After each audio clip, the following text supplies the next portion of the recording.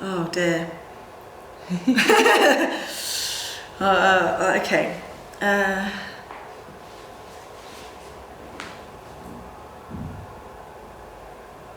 I tell you what, can I have a bit more of a break and then come back and like do it all more quickly? Or not? Do you want to? No. No, okay. No, we do it now. It's alright. Okay. I'm just trying to okay. No, it's not you. It's just because I had a few days of trauma and it's just how we're living everything. It's alright. I'll just concentrate and get in it. Okay? Right, here we go. So Ellis, Ellis was born in Cheltenham, which is a small village in Somerset. That's where I come from. We'd recently moved down to Somerset in a caravan from Brighton. My dad wasn't very well in Somerset, and yeah, I tell you what, there was so much pressure in Brighton, as I just described, from other people, because it's very sort of a party town, and obviously by now we're sort of mum and dad with 2 kids, and there's lots of people who actually try to sort of wreck that, as I described. So and we just wanted to settle down a bit, so we thought we'd go to the country. But we had no real means of doing that except for buying a caravan and getting down there. So that's what we did. And so we just moved out of the caravan into this lovely cottage. And it was, I say lovely, I mean, it had mould in places. And it was in a certain state of dilapidation. However, it sort of had potential. And I was going for a home birth again. This is our first son, obviously. I don't know how much to say about everything really, but my husband and I had had our problems through the course of the pregnancy. I'd been trying to stop smoking. I stopped for 3 months during this pregnancy, which I was quite pleased with. It was a struggle to do that, and I kept knitting. I kept going around to the local shop. For some of it, my pregnancy, Lee actually couldn't be there. That's my partner, Lee. And so I got quite heavily into knitting, or I tried to. It was like a battle between trying to knit and stopping smoking. That was the battle that was going on. And the old ladies in the post office would help me when I got stuck. But I think in the whole of the pregnancy, I only managed to knit about that much. I'm not a natural knitter, I've been trying for years, do you know what I mean? But that was my method to try and stop smoking, do something with my hands sort of thing. It was quite a stressful time during the pregnancy, but it made up for it the fact that we were in the country and there was this lovely cottage. I didn't drive though, so it was quite hard work. Relying on, I think there was 1 bus a week. You know, so for a lot of it, my husband, my husband, I don't mind if I call him my husband now, he was my husband now, but at the time, obviously my partner, some of it, he wasn't there, most of the time, well, when he was supportive, and that was okay, but so it was quite a difficult pregnancy being isolated, so that was quite traumatic in the countryside when he had to go away, but generally, I had a nice time. I'd just sit in the garden and listen to the birds singing and try and do this flipping knitting.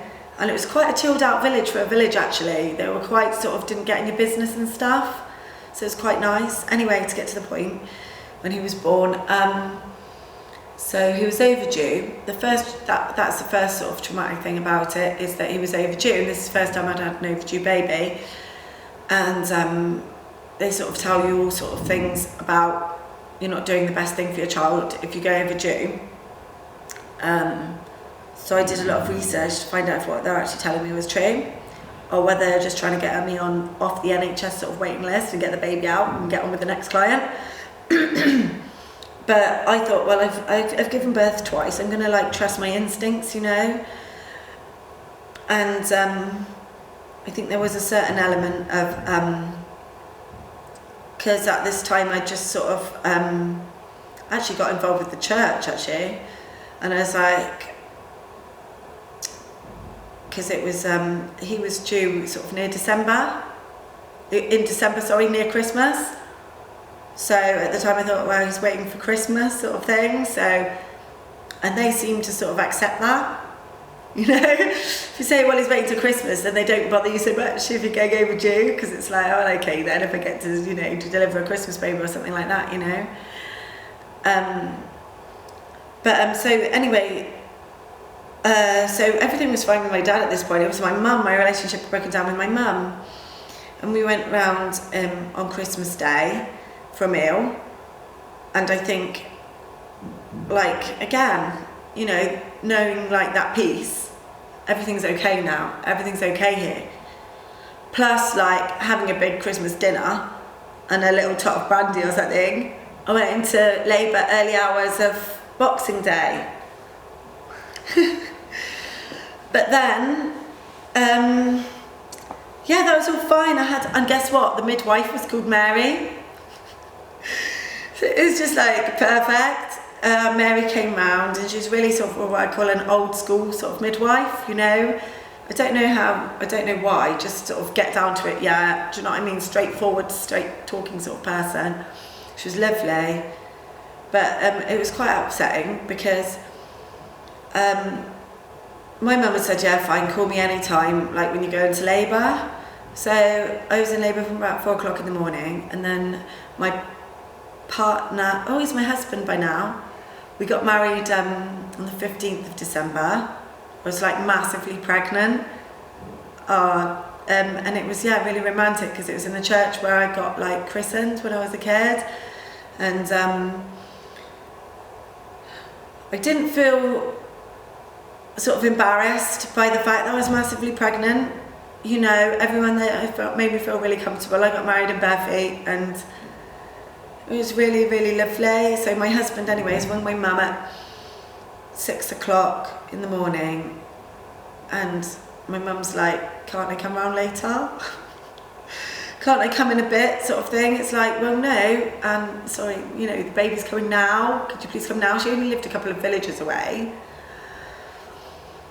So anyway, she came over.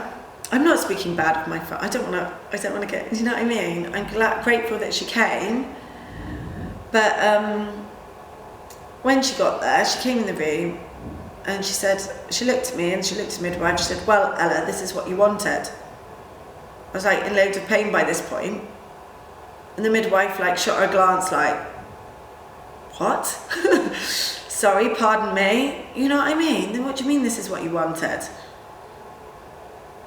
I guess she must have meant that you wanted a natural birth or you wanted to have this child. I don't really understand what she meant to this day, you know, by that comment. Both those things are true. I did want to have a natural birth and I did want that child, but it kind of felt a bit sadistic. And I think the midwife picked up on that. And, okay, so so it was fairly straightforward again. Couple of pushes, Ellis was out. He looked like Dr. Spock. His head was all squashed and his ears had got all pulled and his hair was like completely dark, which actually turned out to be a problem because both my husband and I were fair when we were born.